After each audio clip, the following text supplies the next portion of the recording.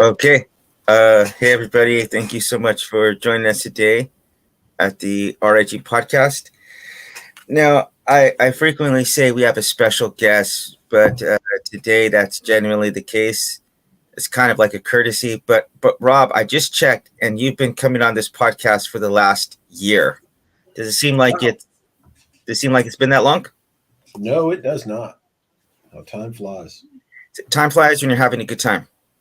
Is that It right? does. Oh, it Yeah. does. Hey, Rob, any chance you've caught COVID? I guess there's always a chance, but as far as I know, I haven't. Mm. Did you get vaxxed? Yes, I did. Both? Yes, but I haven't had And the booster yet. That's booster. up next. Right. And your wife and kids are boosted Oh yeah, or we're all vaxxed. We don't mess around with that stuff. yeah, seriously, right. All right. Yeah, I believe in Jesus, man, but still though, that ain't gonna stop me from taking the vax. Hey, But okay. There's an What is old that? saying: "Call on God, but roll away from the rocks." Say that again. Call on God, but row away from the rocks. Call on God, that's a really good saying right there. I I think think it's there's a India. lot But I of could India. be wrong. Okay, so yeah, man, a year looking back, whatever you do not mention the time that I forgot to record after 2 hours. Do not mention that. But we've had some pretty interesting talks, Rob.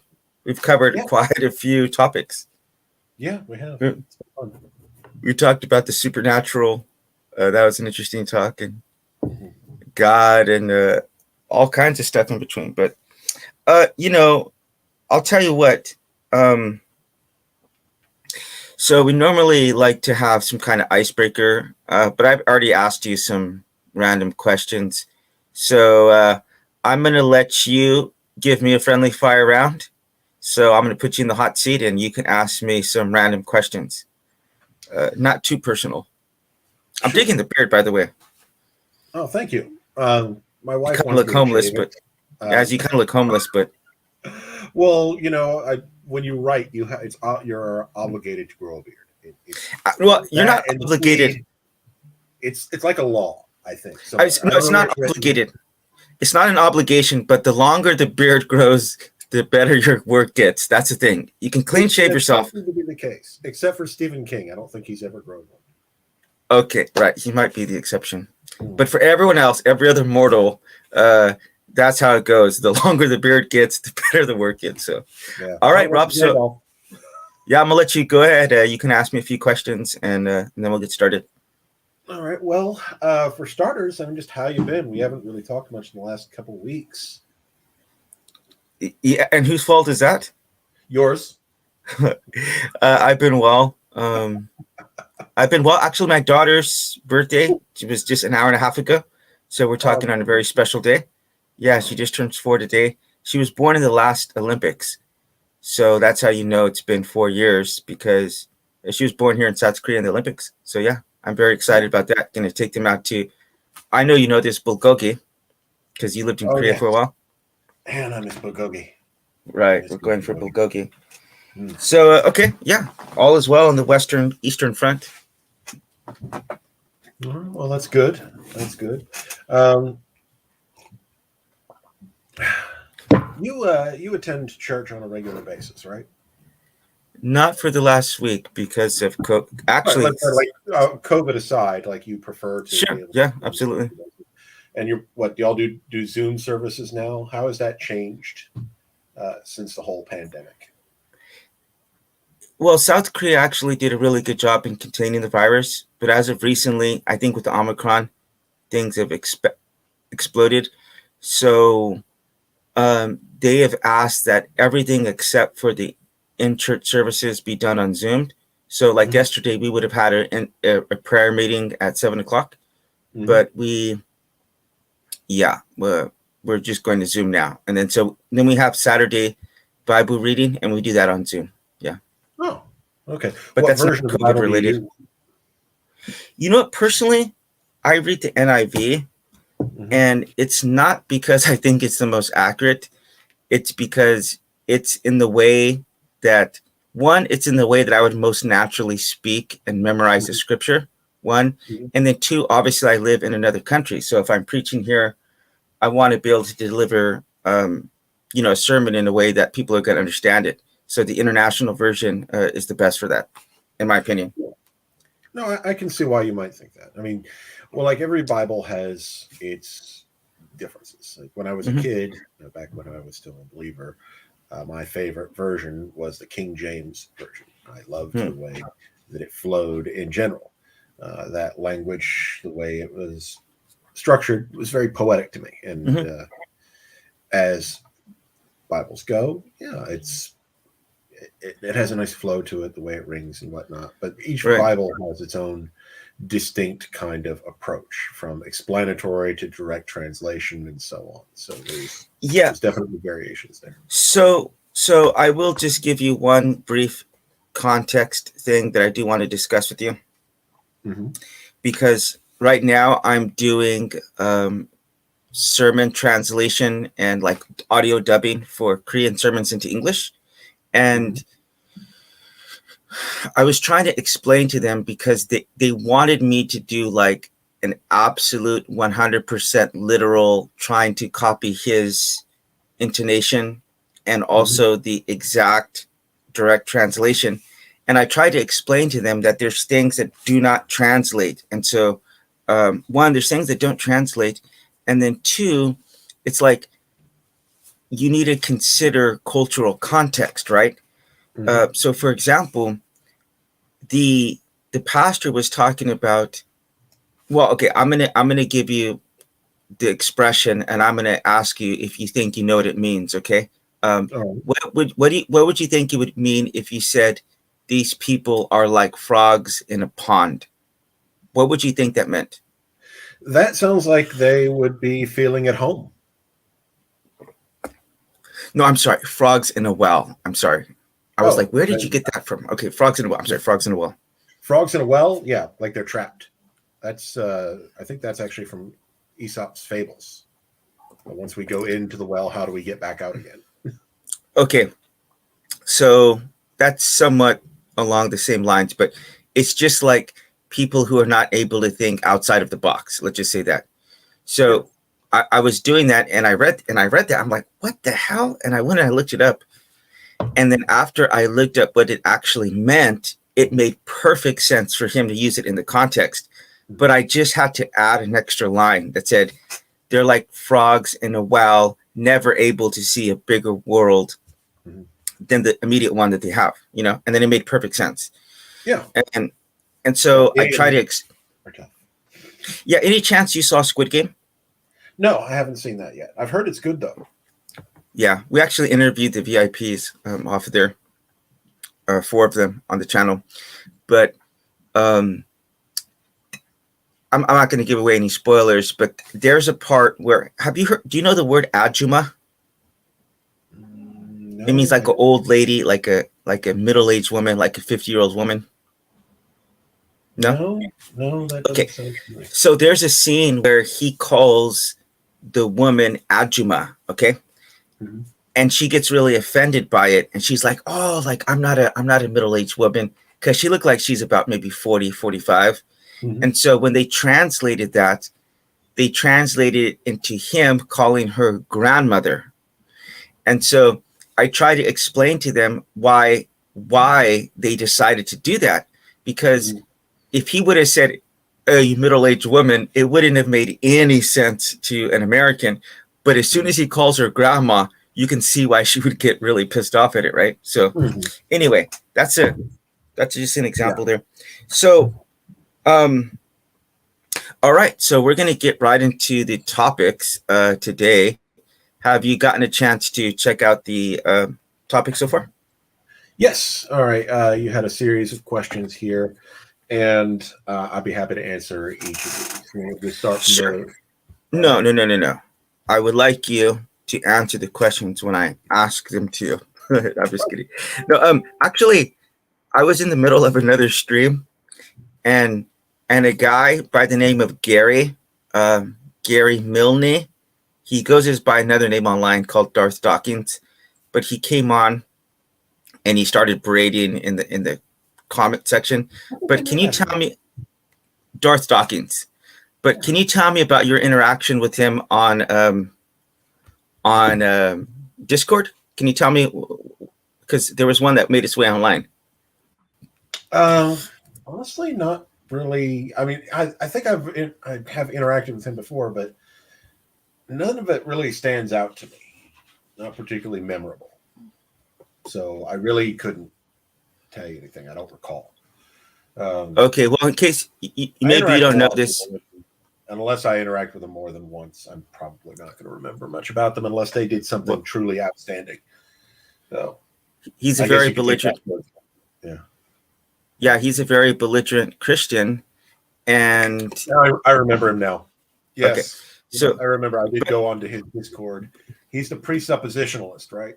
Yeah, but you guys had about an 8-minute conversation, and about 6 minutes in, he started cutting you off and not letting you finish, and then he just booted you from the room. So, anyway, can you do me? To be fair, I want to clarify something there because I don't want his reputation impugned any more than he does himself. Mm-hmm. He didn't boot me from the server. I left on my own accord. He didn't force me to leave. I left because I realized that I don't want to call anybody any names, but it would have been like talking to a wall. Yeah. Well, the other thing too is that, like, that's just not productive conversation. You know, we're going to talk today a little bit about productive conversation. And if I'm assaulting you, like if I say that the Army stands for ain't ready to be a Marine yet, like that's pretty degrading. That's pretty degrading to you, right? Well, it depends on how you take it. My little sister was a Marine, so and my little sister was in the Army. So my little sister was in the Army. She's not a Marine anymore. She left, but you know, once a Marine, always a Marine.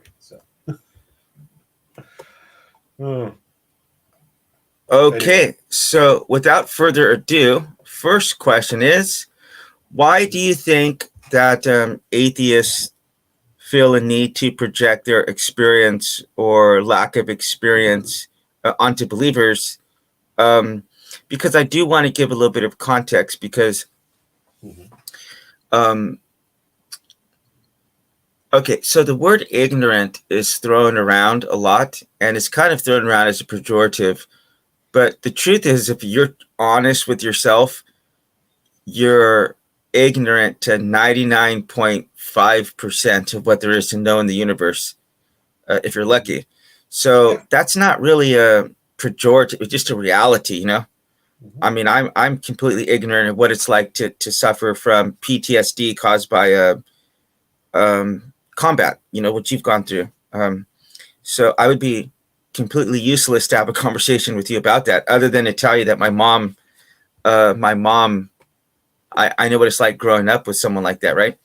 My mom was a Vietnam veteran, so I could tell you from that perspective, but I wouldn't have anything to tell you as far as, you know, so there's just, for me personally, I don't really see why, like if you haven't had an experience in the supernatural or with God, like why you would project that experience onto anyone else. Because to me, atheism is just ignorance about the spiritual matters that you haven't experienced. And that's fine, you know, that's fine if you haven't had an experience. But why do you think some atheists feel the need to project? I'm not going to say everyone does, but go ahead, you get in that. Okay, so the problem comes in here. First, I don't think there is really a spiritual experience. At best, I think there is certain feelings that we have that we're capable of experiencing, but these are all internal. I don't think that there is some external force imbuing some spirituality toward us. We have alternate explanations for all of these kind of brain states. Everything from hearing voices to thinking you're talking to dead people to long conversations. Hallucinations, mental illness, a temporary psychotic break, even something as simple as epilepsy. I'm sorry. Are all physical explanations for things, and they do exactly what these spiritual experiences are supposed to do, and they can even be chemically induced. I mean, there are entire religions centered around the use of things like mushrooms and other Cantheism. meant to induce this kind of thing. So I don't Yeah. think anyone has these. And I don't think anyone, if there were such a thing, I don't think that those who believe they've experienced it have a way to distinguish between that and a mental episode. If you can't tell the difference, why should we assume that it's anything other than the things we already know have purely physical explanations? Right. So, did you ever see Religulous? I saw part of it, and I actually shut it off because... Really? Yeah.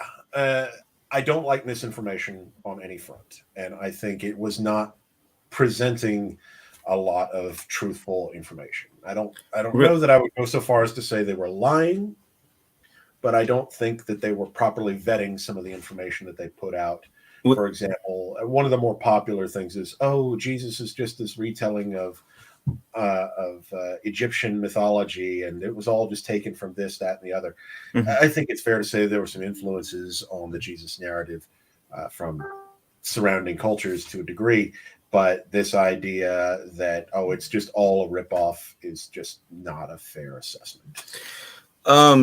There is a movie called Zeitgeist, which has that same theme running in it. Zeitgeist? And, I can't keep all these titles straight. It might have been Zeitgeist that I'm thinking of. So Religulous is with Bill Maher.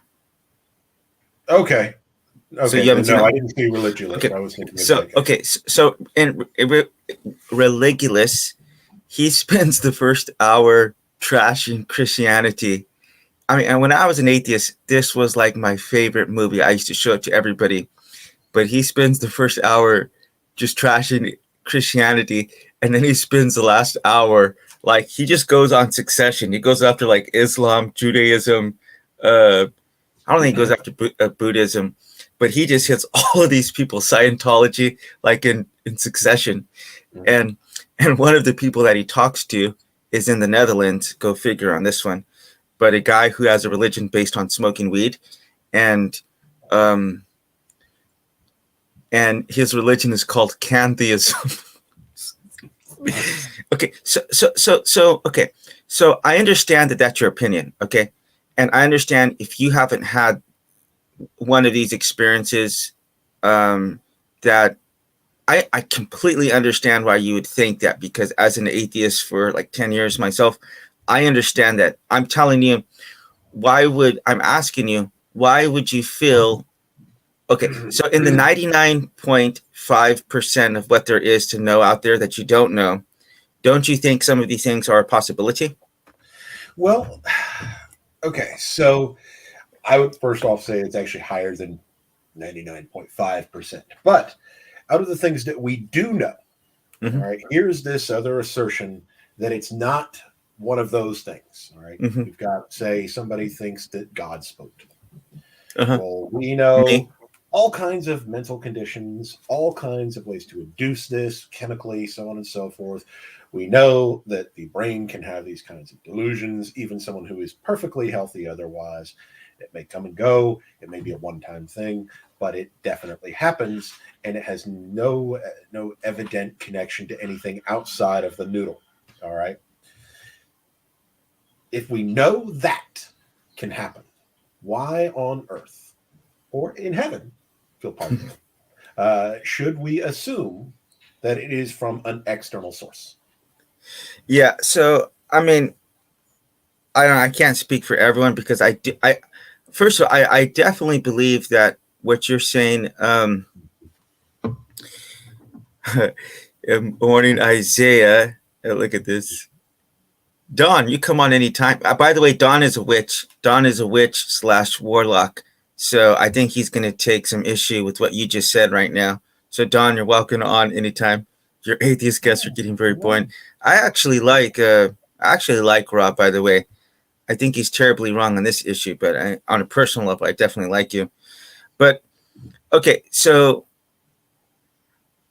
yeah, okay, so some atheists get a little bit, or even Christians get a little bit weirded out, because I did have an experience where I was an atheist, and God did actually speak to me on this day. Got the day. It's coming up on 8 years. And I became a believer. And my life totally changed after that. But people say, well, what about the Hindus or the Buddhists or the Muslims or whatever? And I'm like, dude, I'm not going to speak on anything anyone else experiences because I have no way of knowing one way or the other. I have no way of knowing if Jesus is one God created by, another God, or if God created multiple gods. I have no idea on that, because that's kind of like if I'm going to take a guess why there's other gods who resemble some things about Jesus Christ or whatever, I would think, if I'm just spitballing, that maybe God created a subset of humans and is like maybe repeating the gospel, which has already taken place in heaven. And so they've like emulated Jesus in other ways. I don't know. But I do know that, at least according to the Bible, just 1 second, at least according to the Bible, the Nephilim came down and like had sex or the angels came down and had sex with women and made babies. So I think that might be where a lot of the other gods like Hercules or, maybe Odin come from. I don't know. I know that if they're creating mixed breeds, that would likely appear to gods to people. So the truth is that that's in the 99.9%. I don't know. So I don't really want to speak on things that I don't have personal knowledge of myself, but go ahead. Okay. So first, I want to address the second thing first. It's interesting that you should say that, maybe this was kind of recreations of the story that is biblical, so to speak. Maybe. That was actually an early defense of Christianity.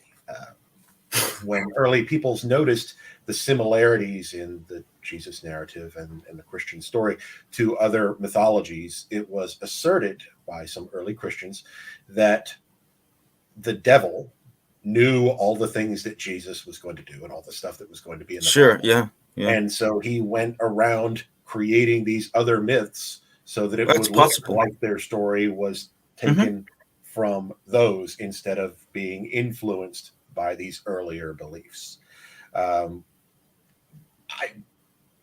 Psychic devil knows the future Bible and everything and goes around planting stories that will also appear in some fashion in the true God's narrative. I don't find that terribly persuasive, and I can't imagine why anyone would. But the other thing I want to bring up is you mentioned that God personally spoke to you. You're a Bible-believing Christian, right? Who spoke to Mary about the birth of Jesus? I believe the Holy Spirit. Okay. I think God sends the Holy Spirit to the literal mother of Jesus, but goes to speak to you personally. Think about that for just a moment. There are certain things. You see that this is why this might be a little bit contradictory, a little bit strange. He doesn't tell ISIS to knock it off. He doesn't tell Kim Jong-un maybe not be an evil asshole. Pardon me. Sorry. Sorry. All right. But I think the word applies to him. Maybe doesn't tell anybody who's capable of doing tremendous amounts of evil and is actually doing evil to stop doing these things, but decides to speak to you personally for a period of several hours. Do you really not see why this might seem a little iffy? I mean, again, if you haven't experienced that, absolutely. If you would have told me, I'm going to be honest in telling you this. If you would have told me 1/10 of what I've actually experienced, I probably would have stopped talking to you. If you would have told me you'd experience, I'm certain I would stop talking to you, because I was someone who just absolutely. And by the way, Don, you're welcome to come on if you want to have a piece of Robert. I'll weaken him up for you, and then you can deliver the knockout blow. But the pagans, the Christians will unite against the atheist. No. I see. He's like a witch. He's like a literal witch. So he'll have to come on like Harry Potter witch is what I'm saying. Warlock or sorcerer. He's a I sorcerer. think warlock is actually an insult, isn't it? I don't know what the. Okay. Anyway, so when I told my family that he spoke to me, like they forced me to get into counseling, which is really helpful. I mean, I really benefited from it. But yeah, I was positively. I mean, look at this. I have this. This is an atheist atheist philosophy on my right hand here. It's a North Korean, actually, North Korean Juche, means self-reliance. So I don't know. I can just tell you this, that I was not a believer. And so 4 months to becoming a Christian, I was in Greece living with my girlfriend and some absolute debauchery. And 4 months later, I became a Christian. And so I experienced something, man. I experienced something that drastically changed my life. So it's something I would die for. It's something I live for and something I would die for. So, but I understand, again, if you haven't had those experiences, I understand why you wouldn't believe. So, I mean, personally, no, I don't. I do think it's a little bit crazy because people have asked me, and it's kind of like, I don't know, man. Like, why did he speak to you and not me or Kim Jong-un? I don't know. I can't really wrap my mind around everything. But let's go to question 2, which is, how do you personally maintain relationships with believers? That really does depend on the believer. Most of my family is exceptionally devout, and honestly, we don't speak much. It can work where you have believers in your family or friends, and you just don't talk about religion because they don't make an issue of it. You don't make an issue of it. It's really not that difficult to talk about other stuff, but it is borderline impossible to outright impossible for some. So it really does depend. Like a couple of years ago, I was up at reserve duty. We were doing a holiday thing, and they wanted to, it was December. It was our December drill, and we were having an event, and they asked me to lead the prayer. And I laughed. I said, "You asked the atheist in the group to lead the prayer." I laughed about it, and that got a couple of chuckles because not everybody knew. And I said, I don't object if that's something y'all really want to do. I'll simply wait, because it costs me nothing to be respectful of their beliefs. If they really feel the need to do that, go ahead. Doesn't hurt me. They never made an issue out of my non-belief, and I've never made an issue out of their beliefs, because we just have a job to do. Job to do. It has to get done, and that's what we focus on. And we can just talk about other stuff when we have free time, when we have a chance to simply converse. And it's not that big of a deal. So, okay, so I know your parents are believers. Do you just like not discuss it at all? This is just not. I try not to. On the occasions that they do speak, I love them to death, but they're, for lack of a better term, religious fanatics. It is central to everything about themselves. I remember when I was a kid, my mother went back to Panama to the funeral of her father, and he was never religious himself. And well, she came back and she talked about how she cried and cried and cried and cried at his funeral, because she wasn't certain whether or not he believed when he died. So as far as she knew, he might be burning in hell. And that really upset her a lot. It's difficult sometimes for some people to maintain a relationship when they really believe that not only will you inevitably be tortured forever, and that you deserve to, because you don't believe certain things, but where it causes a lot of heartache for them when they can't try to convert you. When they can't convert you? Yeah. Because if they want to maintain the relationship, then they can't make that an issue. But if they don't make it an issue and they care about you a lot, then they genuinely believe that you're going to suffer. So it's I kind of feel for the believer in that sense, because they really have to be feeling conflicted. To me, I don't believe any of that. I think all of it is nonsense. Mm-hmm. So it's easy for me to not talk to somebody. The only sad part to me is that somebody is literally throwing their only life away on a myth. And to the degree that that is true depends on the believer. Like if you go to church every Sunday, throw a dollar in the bin, listen to people, sing for a bit, have somebody tell you how to think or how to live or what God wants for you, and then they go off and live their life, they're really not losing very much. Mm-hmm. But when people make it their whole lives about it to the point where it's culty, then yeah, that's sad to me. They're throwing away their whole life and all the potential experiences they could have over nothing. But I think can't control their life. So. Mm-hmm. So a couple of things to say on that. I should really start writing some of this down. But so I definitely do think that people can go extreme with it. My mom I would consider my mom a bit of an extremist.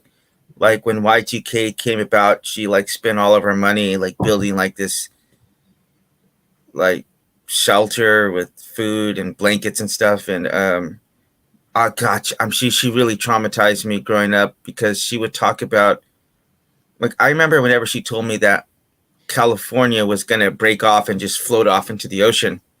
And I remember being terrified as a kid. I remember just crying because I'm sure she was talking about the San Andreas fault line, but they're like, okay, that might happen in like 200,000 years or something, you know?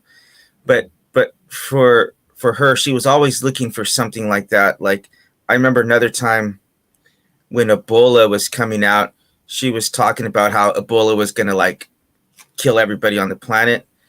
And one of the problems with Ebola, I should call this a problem. Yeah, one of the problems, I don't know, is that it's so effective in killing people that it has a hard time spreading because of that reason, you know? Yeah. So, but anything like that, she was looking for reasons to say like everything was going to end, you know? So that can be pretty fanatical. And I'm very cautious not to indoctrinate my daughter because like my mom made it very clear if I converted to Islam, like she wasn't going to have a relationship with me. Mm-hmm. And so the last like year of her life, like 6 months, we didn't even speak. And because I was like, I don't believe in God, man. I'm an atheist, you know, like I believe, actually, I told her, I really regretted telling her this, but last time I saw her, I said, I think you and my father have wasted your lives with this, you know? Mm-hmm. And, but she put a lot of expectations on me to be a believer, but it's like, I hadn't had those experiences yet. So you could have forced me to go to church 100 times a day. It's like that.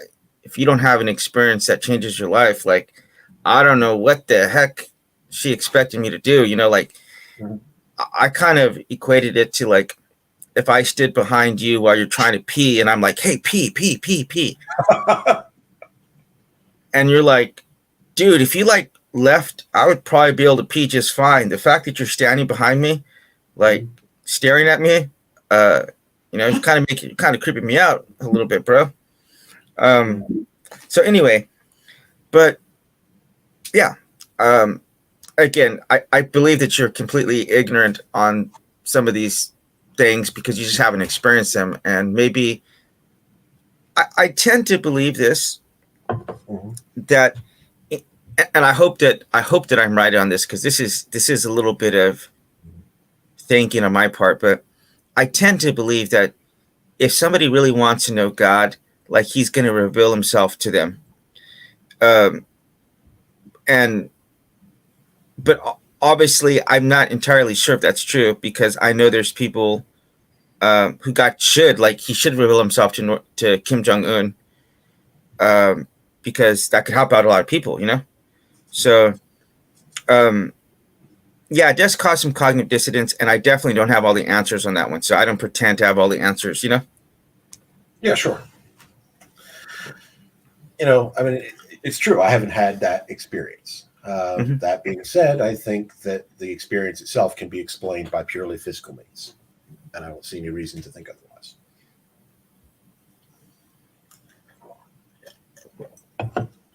Okay, moving along. Obviously, for me to try to explain that to you, in a way that you're actually going to understand would be like me going and explaining fatherhood to like a 16-year-old or like a 6-year-old. Like you're just not going to get it. And that's like not to insult you. Like maybe you would get it. Maybe when that 16-year-old grows up, maybe they will be a father one day. But I mean, nothing I'm going to say is going to make sense to you, honestly, if you haven't, because it's just, that's just the reality of the perspective we're in right now. So anyway, how do you personally, and this doesn't have to do with God specifically, okay, but how do you personally agree to disagree with people? And by the way, before we answer that, did you watch the Super Bowl? No, I didn't. Really? I've honestly never really cared much about the Super Bowl. I've never been really into sports. I liked to play them when I was young, but I never enjoyed watching them. You're in the Army and you don't like sports. That's kind of like... I like to play sports. Watching sports is just boring to me. And I hate to say it. I know a lot of people would be like, really? But when it comes to football, how many times can I watch a guy get knocked down over the thing, look 3 to 9 feet of grass? Oh, look, he got knocked down again. What a surprise. I didn't see that coming. I wonder if there's going to be a twist here. Bring a Night Shyamalan in there. Throw something out there. I'm not looking for Stephen King. Well, you know what? I remember whenever I was in middle school, they said that in actual playing time, that there's only like 12 minutes of actual playing time in a football. So you watch 3 hours to watch 12 actual minutes of actual playtime. And most of those, probably everything comes down to maybe 1 minute, actually. You know what I mean? There's only actually 1 minute in that entire 12 minutes of playing. That's because if you watch like a recap, you could see everything that happens in a single minute. You know what I mean? Mm-hmm. Like the touchdowns, whatever. So yeah, that sounds about right. I've heard that somewhere before. I think you probably. Anyway, any chance you've been watching the Olympics? Possibly an event. That one's interesting. Possibly. Any particular sport you like in the winter? Honestly, no. I've never really cared much to watch any kind of sports. Like I might watch like a wrestling match in the Olympics, or maybe gymnastics, simply because the stuff they can do is just so off the wall and crazy. Right. Have you ever seen? There was a clip a while back showing the gold medal gymnast from like 1950 something, and then the gold medal gymnast from just a couple of years back. And the difference is just night and day. The insane things that a practiced gymnast is capable of doing. Yeah. Just wow. Well, speaking of... Heads would have exploded back then. Yeah. Speaking of atheist, North Korea, I actually got to go to that, to North Korea a couple of times. And I saw the North Korean gymnasts. And I swear to you, bro, like, I'll just tell you one thing that I saw them do. And if you told me this, I would call BS, but I actually saw it. I was a little drunk off honey wine, by the way. When I went there, but when I saw this show, so it's like, wow. But this guy's like riding around on a unicycle, which is hard enough in and of itself, right? A unicycle. But then a guy gets on his shoulders, okay? A guy climbs up on his body, gets on his shoulders, and they start riding around, right? Mm-hmm. Then the dude on the top, just to like freak everyone out, he pulls out like a jump rope, like a 20-foot jump rope. And these guys start freaking jump roping. He's balancing himself up on there. And they're somehow balancing this. Then he gets off. And then the guy who's riding the bike jumps off. He lands on the wheel and he starts riding the wheel around by itself. Like, he's shuffling his feet so fast you wouldn't believe it's humanly possible. But anyway, how do you agree to disagree? And it doesn't have to be religious. It could be politics or just maybe with your wife. I mean, simply, eventually, an argument has to die. You're not going to change somebody's mind, and you move on. It's most of the time no big deal. Now, there's some things you just can't compromise on. Some principles you just can't let go of, and you have to cut somebody off. Like if I found out that a friend of mine was a literal Nazi, he and I would stop being friends. But on most subjects, I mean, you just let the matter drop. There's trivial subjects that are people's hill to die on, and then there's serious subjects where you just have to go your separate ways. The key is to figure out what those are, which one is which. I remember there was a what was the nature of the subject? There was a story that I'm fond of called Overlord, and this series, the character who he still has to abide by the rules of the video game that he was trapped in, and that meant his character couldn't wield a sword. So when he got transported to another world, he still couldn't hold a sword unless he conjured it by magic. And there was this big long argument between two readers about whether or not he would be able to hold a certain type of weapon if it weren't conjured by magic, because it technically wasn't a sword, but it was a melee weapon. So it was an RPG-based argument, D&D style, over whether or not a character could wield a certain weapon in another world. There was nothing less significant in life than this, but these two spent 2.5 hours arguing over it before the argument finally died, and neither of them settled on it. Well, did you ever see? Did you ever see Big Bang Theory? Because that happens on there a couple times.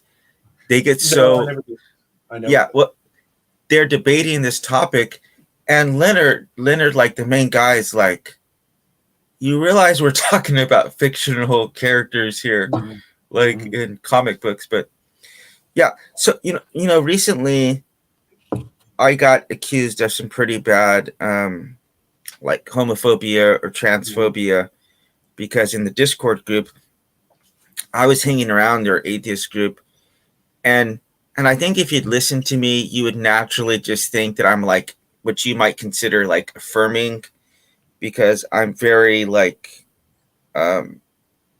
social libertarian, and I believe that like anti-bullying. I believe in anti-bullying against anyone, but specifically the LGBT plus community. They're a very vulnerable group. So like the channel supports anti-bullying for the LGBT community.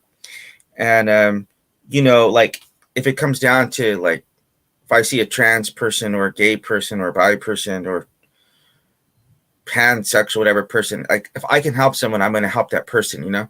So recently we helped, I mean, this personally, Robert, that's if you're an atheist and you need help, I would be right there to help you out, and just like that. So we did help a gay atheist blogger with his dog. He needed to be put down, and he didn't have the money for that, so we're able to help him out. But we just actually made the promo for that video as well, actually, just like right before we talked. That's why I was a little bit late, me and him. But the point is, though, is that I was asked like if I was affirming, and I was like, well, on a personal level, like I'm against these things. Like for example, I'm personally against people to get divorced and remarried, but I'm not going to tell the government that, and we actually you and I had this talk, but I'm not going to tell the government, hey, you need to stop this divorced person. You need to stop Donald Trump from marrying Melania Trump. I'm not going to do that. You know what I mean? But even if I personally am against it myself. But I made that opinion known. And if you make those opinion known among that group, it's, oh, you hate LGBT community. You're a bigot.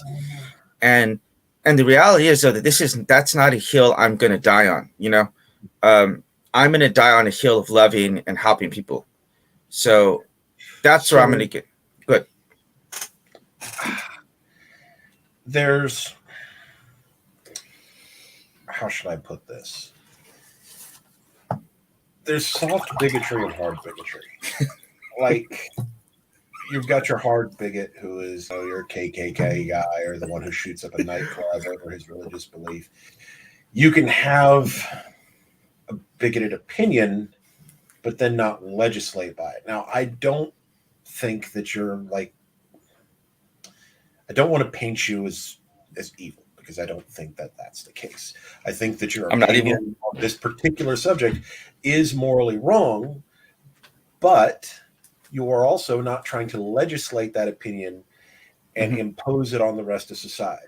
Sure. So I would say that you are a soft bigot. Wrong, I guess maybe a soft bigot. Well, I mean, like if you think that being gay, lesbian, trans is morally wrong, if you think, then I would say that, yeah, that's by definition, that's a bigoted view. But that's not the same as being like, therefore they should all go to conversion therapy, be killed, and have their rights stripped or anything else. You can be morally wrong in one particular area, but then in your actual actions, what you do, you don't do harmful things. You would give a buck to a homeless person, if whether or not they were gay, because you'd see them as a homeless person first. You can be wrong without being completely bad. It's one of the things that, you know, as much as I hate to say it about my fellow non-believers, is that there's a very broad brush that is sometimes painted over people, as if they're all Pat Robertson or what's his name? What's that guy's name? You're talking about Pastor Greg Locke. Pastor Greg Locke. I thought you were going to say Steve Anderson. That guy's like the worst out of all of them. That guy is positively the worst. Anderson, he's the worst. Isn't Anderson the one that did the book burning recently, or was that Greg Locke? I think that was Greg Locke. But you remember Darrington? He interviewed you with me, but he actually lives like a couple of miles from that guy in Temple, Arizona. And he out of all the people I've seen, actually, no, I shouldn't say he. The guy from the Westboro Baptist, he was easily the worst, but this guy was number 2 because Phelps. But he was the worst. But a close second is Steve Anderson. He's about as bad as you could possibly get right now, I would say. Yeah, there's not everybody should be painted with the same brush. I think that you're wrong on this issue, but that doesn't mean that you're going to be expressing that wrong in a way that is overtly harmful. I think time will erode that. But I think you're wrong as well. So I think you're terribly wrong on the issue. But that's fine. I mean, I in America, you have a right to be wrong. You have a right to be bigoted yourself towards people of faith, because I believe that the positions you hold are bigoted towards people of faith, because you basically just said people who have religious experience, conversions, all that. I mean, by fact, by default, you basically have said that I have a mental disease by default. So I believe you have. Hold on, I believe you have very bigoted positions against people of faith, but that's all right. Like I can, I as I said, in the 99.9% of what there is to know out there, there's lots of stuff I don't know. So I'm sure that there's plenty of stuff that I'm plenty bigoted or completely ignorant about. You know what I mean? So I don't think I have flawless positions or perfect understanding or knowledge, but I definitely think that you have the right to express your opinion. Obviously, I'm giving you a platform. We've been talking for the last year. I happen to know that you're wrong about some of this stuff because of what I've personally experienced, but I mean, it's fine. I wouldn't like try to stop. I wouldn't not invite you to come on or anything like that. You know, I wouldn't say that Robert's a hateful person. Believe you're ignorant on this area. That's fine. 99.9% of the stuff of the universe I'm ignorant about. You know? Sure. I mean, ignorance is just a fact of inevitability. There's too much knowledge out there for anything. Have you ever heard the analogy of the computer mouse? No, please. Okay, so if I were to say that nobody in the world knows how to make a computer mouse, that would sound crazy, right? Mm-hmm. All right, but the truth is that nobody does.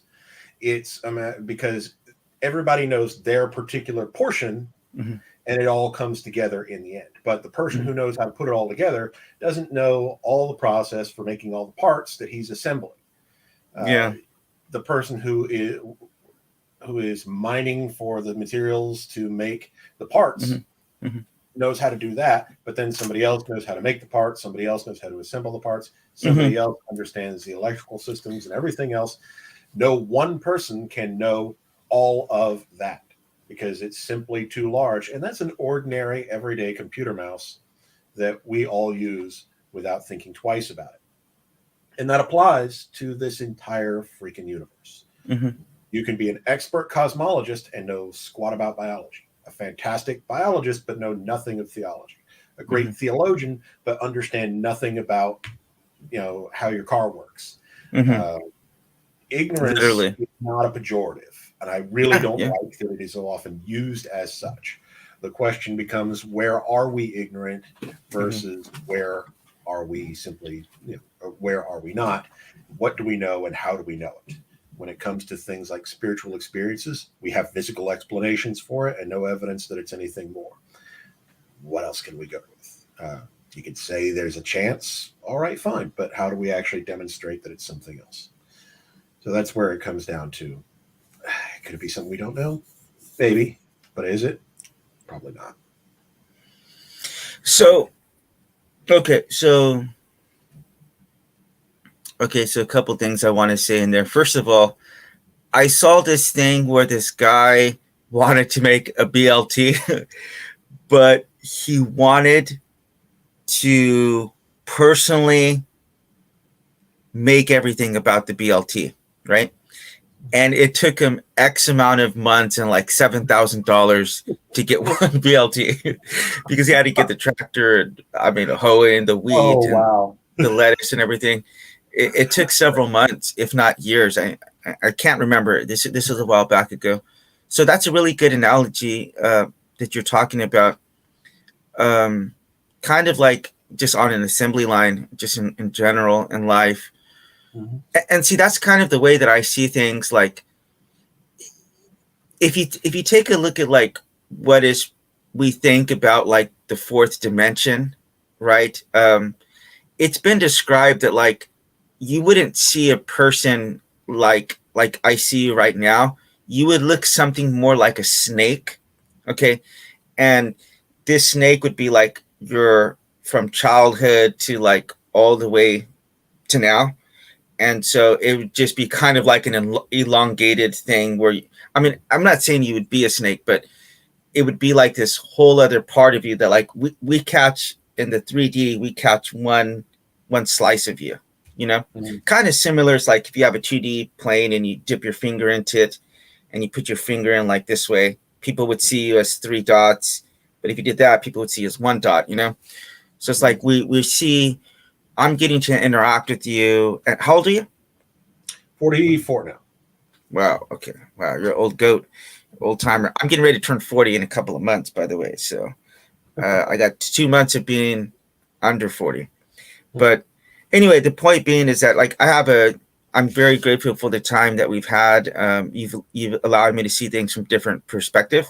And I've enjoyed these talks, but obviously if I talk to you in 20 years from now, or if I talked to you 20 years ago, like if I went back in a time machine and met you 20 years ago at my own current state, the conversation would be completely different. And same thing is I talk to you 20 years from now, we're going to have totally different conversations. So I see that you're talking about like the mouse. I'm seeing one section of you right now. So I can't judge the totality of all of Robert by how you're existing on my daughter's birthday in 2022. It's like I'm seeing one slice of you here and now. Does that make sense? Yeah, sure. I think it was Muhammad Ali who said, a man who sees the world the same way at 40 as he did at 20 has wasted 20 years of his life. Something like that, anyway. But yeah, if you talked to me 20 years ago, I would have been at least somewhat religious. 23 years ago, I would have been exceptionally devout. Today, I'm a hard atheist. And what will I be in 20 years? How do I know? Right. You don't know. Hey, Don keeps talking smack about you in the section. So, Don, if you want to come on for like 10 minutes, I'll let you smack Robert around a little bit, and then I'll get back to business here. Daddy's got to make the bacon right now. But okay, here we go. Interesting question. One, I genuinely believe in that. This is kind of a loaded question. Don't atheists have the same kind of cultish groupthink that they accuse believers of having? There is like an in group. There is a insistence that we're superior. Actually, I saw this great meme. It's I'm just gonna show it to you right now. Oh God, Okay. this is great. It says, I'm gonna read it to you and I'm gonna show you. It's pretty dang funny. I mean, this is a pretty good one. But it says atheism. Mm-hmm. Atheism is the oh God, it's gonna be hard to spit this one out. All right. It says atheism is the religion this the religion dedicated to the smug belief of of mental superiority to others. Mm-hmm. Because I know we discussed this before about how atheists, like you said, like some atheists believe that they're smarter than other people, and you're like, no, you just happen to disagree with one thing. That doesn't mean you're intelligent, right? Yeah, it really Right. So, doesn't. I know enough dumbass atheists. but go ahead, you chime in on there. Okay, so um, This is funny when I find it. all right, so cultish beliefs. All right, so what makes a cult? Uh-huh. Control. There's a whole thing on that's called the bite model of Mm-hmm. a cult. All right, now atheists have no leaders that we're obligated to obey. We have no hymns. We have no creation myth. We have no judgment. We have no commandments, no holy books, no sacred texts, no sacred places, no sacred rituals, no holy authorities that cannot be questioned, no dogma, no system of exclusion. The only thing you have to do to be an atheist is not believe in a God, or at least have a non belief in a God if you want to take the softer route. Mm-hmm. All right. Being an atheist does not allow anyone to have any inevitable hold over you. If I don't like something Dawkins says, I can flip him the bird and walk off. Mm-hmm. I'm not obligated to kowtow to any other non believer simply because of who they are. I have complete and total autonomy over every aspect of myself within the limits of our, secular laws. Mm-hmm. If atheism is a cult, then everything's a cult, and the word is robbed of all meaning.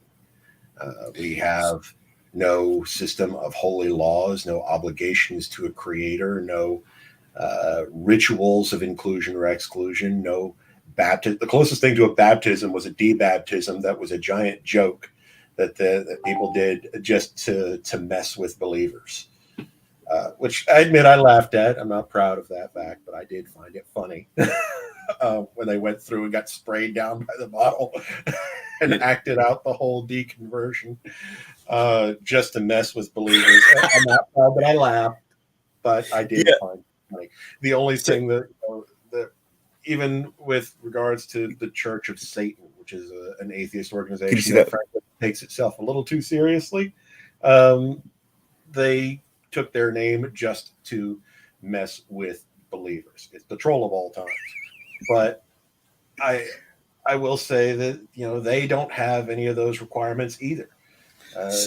At best, it's more like a social club that maybe takes itself more seriously than it should sometimes. But with all respects to that, no, there's no cult of atheism. And So, I'll quote Dawkins here: atheists would make terrible cult members because it's like herding cats. We all just kind of do our own thing, and there's no reason. But speaking of Dawkins, though, he had put out a tweet basically saying, like, well, what's the deal if the people, like the atheists, people in the left community, they get really upset. They got really upset when this guy came out and said he became Korean. And he's like, that's essentially the same thing as a trans woman. He says, like, neither of them are actually haven't. It's just biology. But did you see how he was received in the atheist community after that? I don't know anything about that actually. Yeah, well, you should research that, because in theory, what you just said is true, but in the real world, that's not at all the case. I mean, that's not the case. I mean, there is creation myths, which as far as being the Big Bang or the Big Crunch, there is materialism. There is also as I said before, an in group and an out group. It's we're the in ones because we are ignorant on a topic, and somehow ignorance somehow translates to superiority. So that's like, if you were to tell me that you had some kind of encounter with aliens, right? Because I'm probably certain that God created multiple other creations, and maybe we're going to interact with them at some point. But I would, if you told me that, I would say I haven't personally experienced that. Okay, but if you've told me that, I'm not going to call into account your mental health, and I will say, if I have an experience with an alien, that will definitely change my opinion about a lot of different things. You know, I'm going to have to tweak my theology a little bit. Not to say I'm going to give up Christianity, but it will make me rethink some things. It'll just, if I became cognizant of that fact, then it's a bit of a game changer. So. But again, if atheists just had the positions that you explained right now, that would be a completely different story. But that's not what you see online. That's not what you see as far as they have their groups and their conferences and agendas and discords, and they behave very, from what I've seen, especially if you see some of the stuff that they've said about me and my daughter and my family, it is very abusive and cultish. I've seen it firsthand, unfortunately. I mean, you get to see the group. You get to see the inside of the group, but the problem is, I mean, I'll tell you something, dude. I was just involved with the cult. I was involved with the cult for like a year and a half. And I just found out like last month. So maybe some of it is you can't see the forest from the trees, but I think if you evaluate some of this behavior objectively, and not from the lens that I'm an atheist or I'm not a believer or I'm a Christian, I can tell you objectively that as a Christian, there is a lot of the Protestants or the evangelicals, a lot of that stuff is extremely cultish. I'm telling you, growing up as a Pentecostal, not all of it was. I'm still a Pentecostal, but some of the stuff I've told you about my mom, obviously that was some very cultish stuff, to the point that, we stopped talking for the last 6 months because she couldn't let lying dogs sleep. Like she needed to keep prodding me about religion. Like she couldn't just accept that I didn't believe, So what do you think about that? There's an old saying I'm very fond of. A fanatic is someone who can change neither his mind nor the subject.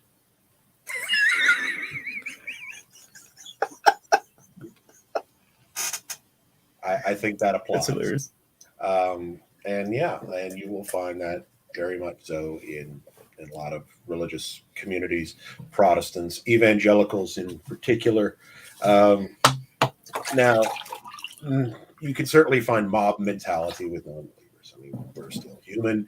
We're vulnerable to the same psychological prodding. A mob mentality can certainly emerge, but I don't think a mob mentality is automatically the same thing as a cult. We distinguish these things for a reason. You might have been mobbed. I wasn't present to see it, so I can't speak to that. But I could certainly believe it happening because I know that not every atheist is as charming and congenial and polite as myself. As yourself. Touche. Not everyone is going to be. I know that having heard some of your opinions, which I can speak to very civilly, some will lose their freaking minds. I understand why they get passionate to the point where they lose their freaking minds. I genuinely do. I just don't think that that's a productive way to go. And I value self-control to a high degree. So I can remain civil toward pretty much anybody so far as it goes. Now, if there's a definitive, that's different. But, in terms of casual conversation, it's very easy for me to keep my head cool. But I understand the passion that comes with it. So I could believe that you had a mob mentality kind of experience, but that is not the same thing as a cult. You had another question too that was following up on that. What was it? Hold on. I don't want to. I want to stay on this one though. Okay.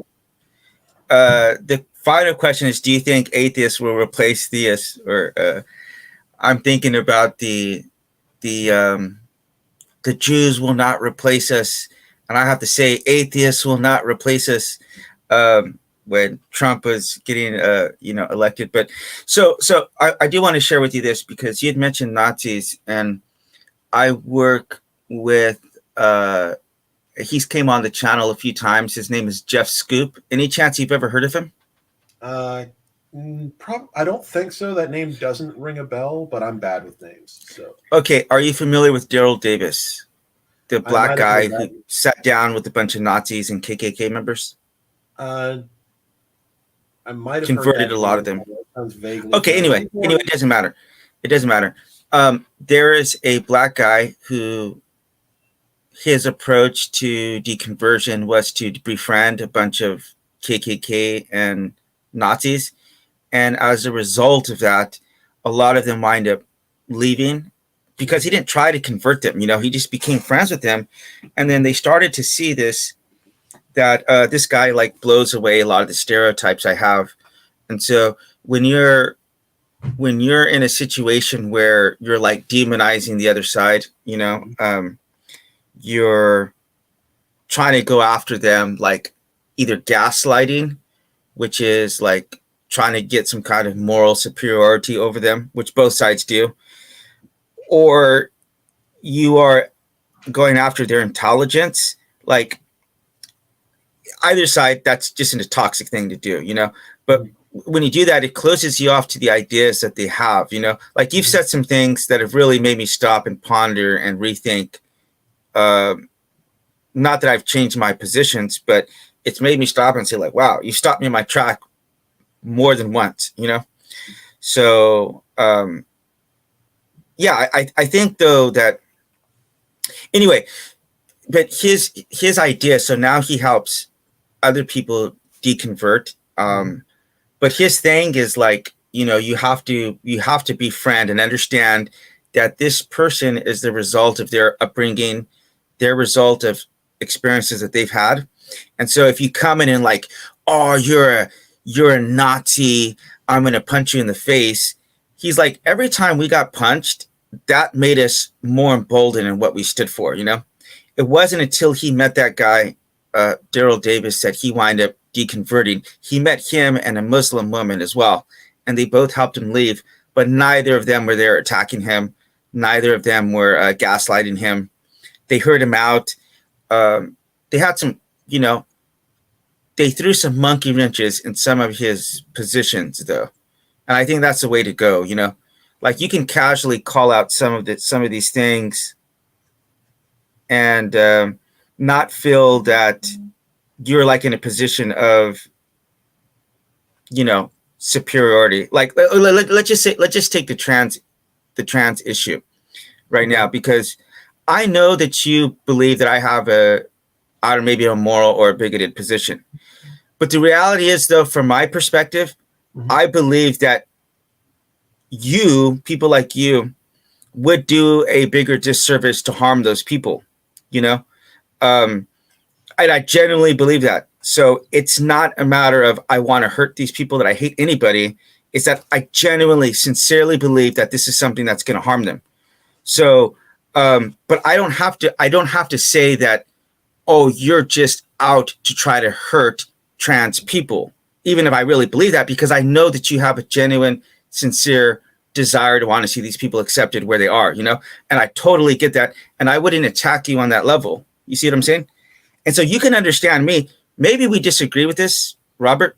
I'm telling you, I can tell you on my existence in the afterlife, I'm telling you, there's no hatred in my heart towards not just them, but anybody. And it's sincerely based out of concern and compassion. I've suffered through some of this stuff myself. And But anyway, we can have the discussion, and let's have the discussion, and let's beat it out. But we don't need to go after people personally. Is what I'm saying. Good. I agree, and I believe you when you say that this is not coming from a position of hate, that you genuinely believe that it is a matter of concern and what is good for people who are in that position or going through that aspect of life and living their life that way. I believe you when you say that. But overwhelmingly, aside from the copious amounts of science on this subject, which take a whole other show to go through, the people themselves who live very contented lives this way are the ones saying that your approach or that your belief here is the thing that is harmful, and that the outgrowth of this, even if it comes from a place of love in you as a person, is socially expressed in a manner that is toxic and harmful and outright hateful from others who come from the same, to borrow the biblical analogy, the fruit of the tree from which your love grows is poisonous to them. And has done copious amounts of harm. No, I agree there. In the United States, about 30%, I have to pull up the exact statistic because I don't remember the exact number. It was about a third, 30%, 35% of the children who are homeless because they've been thrown out of their homes by their own families over their sexual orientation, over being trans, whatnot. And I don't need to tell you, I'm sure, what demographic those families happen to come from. Absolutely, so this approach that you have, well, to you, it may be, I want what is best for everyone. And I can believe that because I know you well enough to know that you don't wish actual harm on anyone. I'm telling you, as many of the other advocates and those who have lived these lives are also saying, that this system of belief, this practice, the root of this approach is harmful. Now, you have a right not to believe this, but there it is. And I don't want to cut you off. I really don't. But I finally checked the comments side, and I see that Don wants to get some. Yeah, Don wanted to ask a question. Tell him to come get some. Would you mind if I answered the question? Yeah, absolutely. Atheism is just an emotional reaction to. It doesn't seem like he's finished that. So let me briefly respond to that, Don. If you could respond further detail.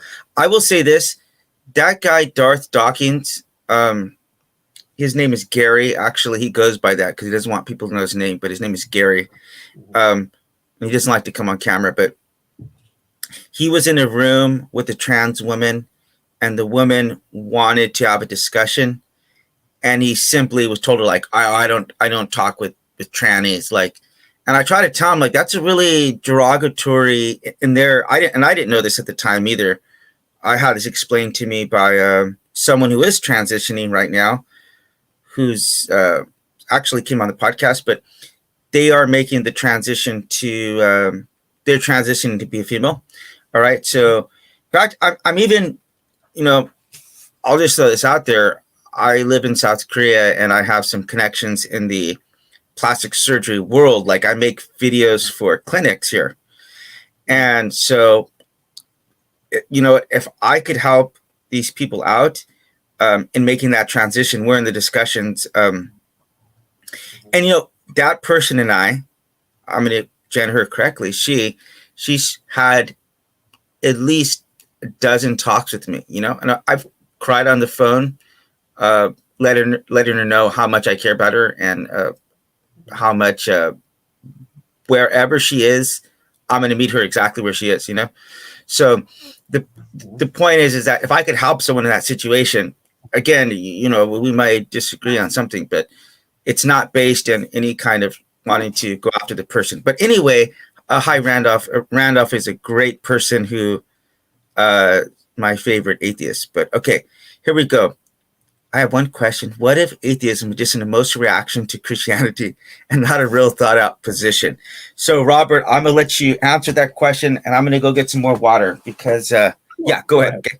Hold on. You take the reign, and I will be back in 1 minute to get some. Yeah, go.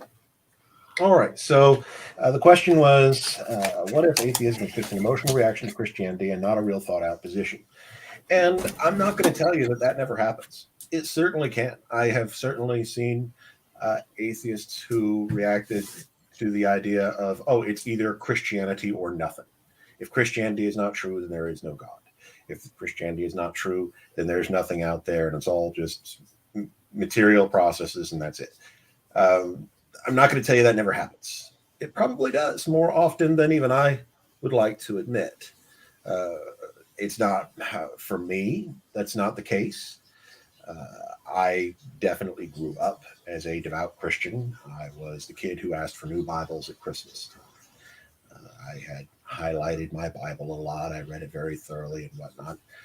What caused me to eventually start the process of leaving my religion was finding how much my religion felt the need to lie to me about the fundamentals of science, this particular evolutionary theory. They weren't young Earth creationists, but they were, I guess you would call them creationists. That started me on a long process. And I have explored other things along the way. I see no reason to believe in any particular religion. Leaving Christianity let me start down this path. But I think it's a false dichotomy to say it's Christianity or nothing, because there are other beliefs. I can't possibly know them all, but in studying what I have, so far as I have, I've never found anything that makes any other religion seem more likely. So I have had a thought out process for myself, as have many others, but there are probably a lot of people who grew up knowing only Christianity, walked away from it, and then atheist, because if that's not true, nothing can be, which I think is probably not the best way to go. But I guess if you only know the one that you grew up around and you leave that, it looks like that's all the only game in town. So only game in town. Yeah. So unfair necessarily, but if there is any real God that wants to address what's the correct one, if not Christianity, I mean, they're welcome to try. I'm waiting to hear from them, but I don't hear anything so far. Yeah. So let me get into the last question. And Randolph Richardson, he's a Canadian atheist. And you remember my other Sid? His name is Sid Vicious. You remember that guy? He's from Canada as well. And I got to say, man, Canada, they have the best atheists in Canada, because they're not evangelical atheists. And so when I talk about the cultish element of atheism, it is very specifically what I call evangelical atheism, which is trying to spread or eliminate Christianity in a very abusive way, in a very toxic manner. But so getting into the last question, Robert, do you believe that atheism is going to replace theism? What are your thoughts? That's a complicated question. Hold on. Just one quick thing. Oh, sure. Because you remember Darrington, my other atheist co-host. Well, he initially came on as a guest, and I liked him so much that I asked him to come on as a host, which I'm also asking you. Hopefully we can work something out, because I really enjoy talking to you.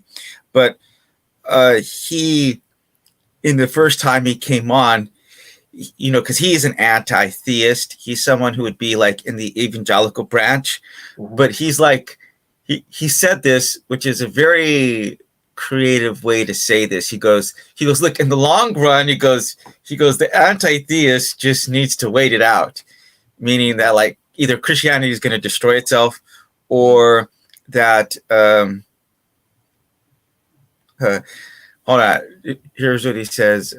Randolph said that empathy, respect, most atheists I know from all around the world are not evangelical, to use the word you raised.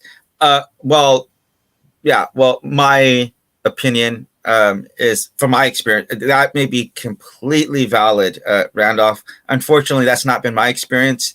Robert, what are your thoughts on what he just said?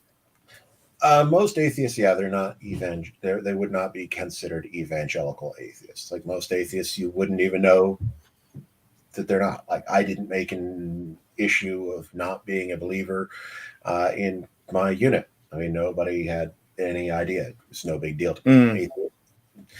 Somebody becomes, I guess, evangelical, then it becomes central to their identity. Much like, are you familiar with crypto bros? No. There are people whose obsession cryptocurrency becomes their whole personality. It's crazy. Okay, yeah. I definitely know people like that. Who's like fanatical about a particular sport or series, so on and so forth. They love it, and they want you to know about it. You can have evangelical atheists whose whole identity becomes atheist. Yeah. Part of that, I think, is most common with those who are freshly leaving their religion. Yeah, I've heard that. And they, for a period of time, make that central to their identity because now they're trying to find a new identity for themselves. But I think it fades for most people. And personally, whenever I was an atheist, I would say for the first couple of years there was a lot of anger towards, especially like the Trump. He wasn't around at that point, but the right wing, like, I mean, they're the ones who turned me into being an atheist in the first place. So when I was an atheist, I was really strongly against those people because they really caused some serious damage in my life. My freshman year of Bible college. So yeah, I was pretty peeved myself, but also I have interviewed another guy from Britain, and he said, I have a very biased sample of size because my interactions are with people who want to talk about this because they're the ones who go and put themselves into Discord or onto channels or whatever, so they're obviously going to be more interested. But he's like, my parents are atheists, and like, you would never know because they just don't even talk about it. It's like not even worth the time to discuss, So I thought that was a really interesting and valid point. And as I said, I've had conversations with about 40 atheists, and they've raised a lot of valid points. Like most of the stuff, I can dismiss some of it. I can dismiss what you said actually earlier today about where I have a moral position, about my position being, I mean, some of that I would dismiss it outright, but a lot of stuff, as I said, you said that it's really made me stop in my tracks and to think about some things. So I do want to thank you for that, and I certainly hope that you can come as a monthly, once a monthly host, because I would love to see you in the host position, asking questions, grilling your fellow atheists, because I grill Christians. Just so you know, like I don't give Christians well, nobody should get an easy pass. The hard questions are what force us to think about things. Absolutely. They're the ones that bring us to new ideas. If we avoid the difficult questions and the difficult situations, we're never going to grow as individuals. So we have to ask these. And one of the issues I often take with religion is that so many religious authorities don't want these hard questions being asked because they are inconvenient and can lead to non-belief. Sure. Now, the other part of your question was, will atheism replace Christianity? Atheists will not replace us. Kind of, but it's more complicated than that. So, okay, good. To put it simply, to some degree, Christianity, I think, will inevitably destroy itself, at least in the United States. I actually agree with that, too. Between its anti-vax stance, which is creating casualties that are about 8 times greater than anyone else, and than those who are vaccinated and pro-science and whatnot. I mean, now it's... are you familiar with religious cannibalism? And I don't mean in the act of like eating a person.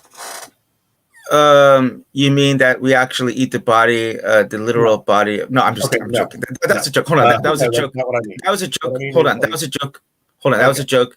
But I genuinely want to say that I actually believe you. Like I believe that, and I'm not even sure if they are doing this intentionally, but I positively believe people like Gary Milne, who goes by Darth Dawkins. His name is Gary, but I believe people like him are going to completely destroy Christianity.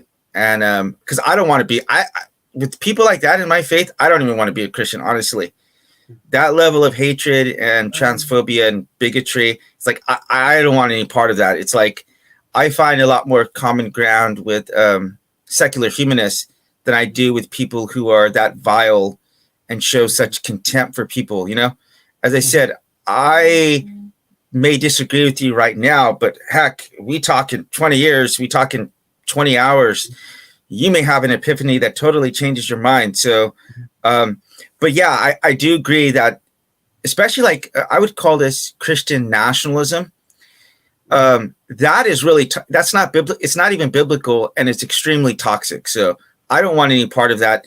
I have no interest in stopping gays or divorce people from remarrying. If you divorce your wife and try to remarry, like that's your issue. You know what I mean? I believe in free will, so I believe that God's given us free will. So I may not agree with it personally, but you got to work that out yourself. You know what I mean? Don't involve me in your. So go ahead. I mean, we've been married. I don't plan on divorcing my wife. We've been married for 22 years now, I guess. Send my condolences to her. Yeah, no kidding. But here's the thing. There's a number of factors at play. Christian nationalism is a part of it. But education erodes religious belief. I mean, that's not an opinion. That's a demographic fact. The higher the education level goes in society, the lower the belief becomes in magic, religion, mythology, mysticism, miracles, God in general. That's just a demographic fact. The higher education society becomes, the lower religiosity becomes. As more and more education grows, that will become more and more of a problem for those who want to say that God is the answer, spirit is the answer, what have you. And as religion responds to these kinds of things in one of two ways, either by compromising itself to the point where it loses whatever made it unique in the first place, or doubles down to the point where it alienates people in a changing culture. I don't see that Christianity in the United States has a future. I don't think it's necessarily that atheism will replace it. I think people do have a genuine desire, at least many of them, for some kind of a spiritual existence and whatnot. But I think it will be far more generic, far less harmful, and it may be some slightly weird belief that some people have, but doesn't really matter that much. It might be the Church of Yoga Pants. There might be the church. There's a church of beer right now, or Kantheism. I think might change. Kantheism is literally the worship of cannabis. Watch that Ridiculous. I think you'll really like it. It has some really funny parts in it. So it used to be my favorite movie as an atheist, but now as a Christian, it's quite a bit blasphemous. But some of the stuff I think is a little bit funny though, because he's talking to people who do have some really bad epistemology whenever it comes to, because there could be various ways in which you become a Christian. Like if you're a Christian because your mom or your husband or spouse, whatever, you're Christian because you have an background in that. That's a really bad reason to be a Christian. For me, Christianity has saved my life. I'm not sure if you could really call what I had before life. But when I was an atheist, I did a lot of damage to myself, totally throwing off the shackles of the morality I was raised with. And so it has helped me, but it's a very personal thing, It's a very personal thing, and I don't want to attack people. I'm not interested in trying to I'm a missionary. I'm interested in trying to convert people, but I believe more so in doing so through individually, my philosophy is before I tell anybody that Jesus Christ loves them, I want to show them that I love them first. So it's like people are saying, well, Jesus may love you, but I hate you.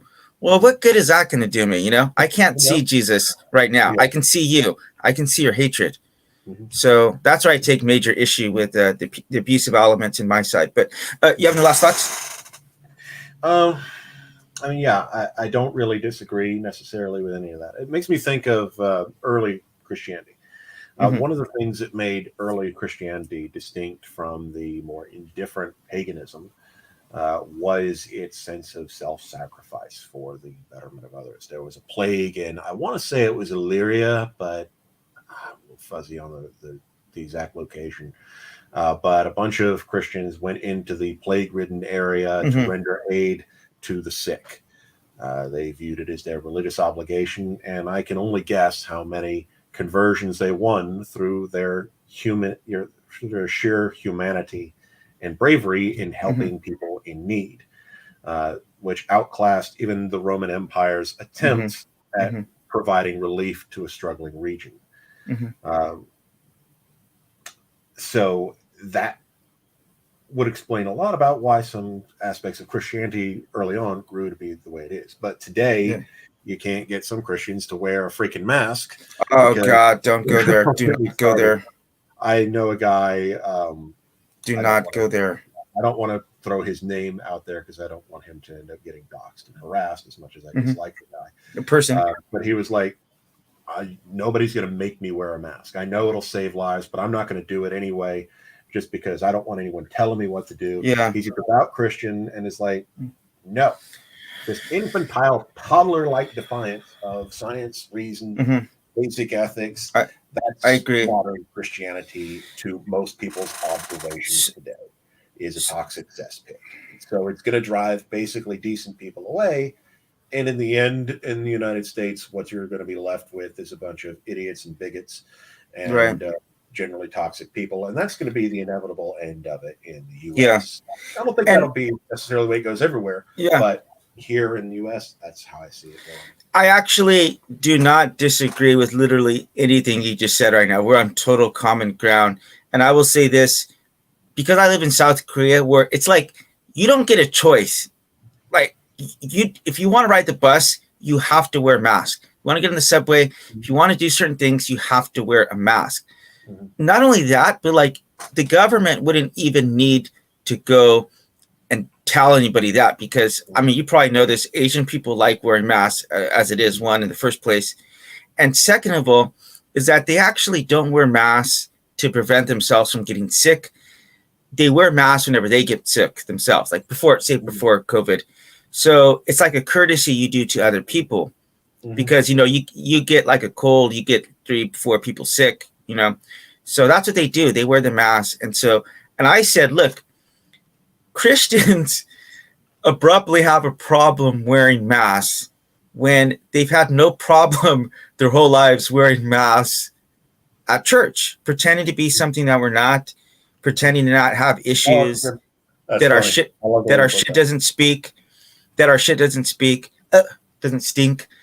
I hope our shit doesn't stink. And then also I said, look, we should have been the first ones. We should have been the first ones to say we'll wear these masks. And I found it so embarrassing that it was the atheists. It was the atheists who were the strongest supporters of masks and vaccines. And it was almost exclusively the Christians who were refusing to wear the mask or getting vaxxed. And I think that speaks volumes to what you actually said, because if that's the case, when Jesus was here, it was the religious people who were always the worst, and it was the non-religious people who were living out, a more loving and consistent life. And so, yeah, thank you for that. And so I really hope that I'll be seeing a lot more of you, Rob. I think we do some really good this planet together, working together. And I have more projects. On for a couple minutes before we part ways. I'll tell you what. I haven't really been checking the comments consistently. He's going off on you, but I'll tell you what, Don. Since Robert is coming on, because I love him so much, he's coming on as a more permanent host, maybe like once or twice a month, hopefully. You are going to be our first guest. You're going to be our first guest, and I'm going to sit back and you guys just go at it, right?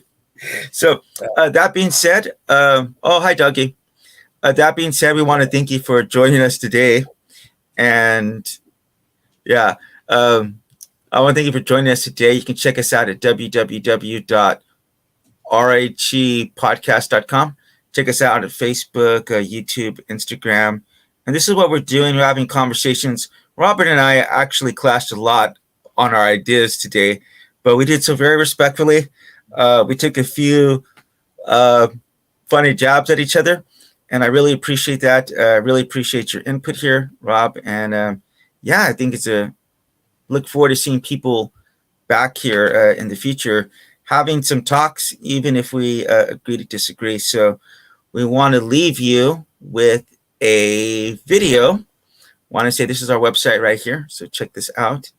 And then we're going to show this outro, and we will see you back at the next episode of RAG Podcast. Respect, humility, and empathy, rethinking differences. Goodbye.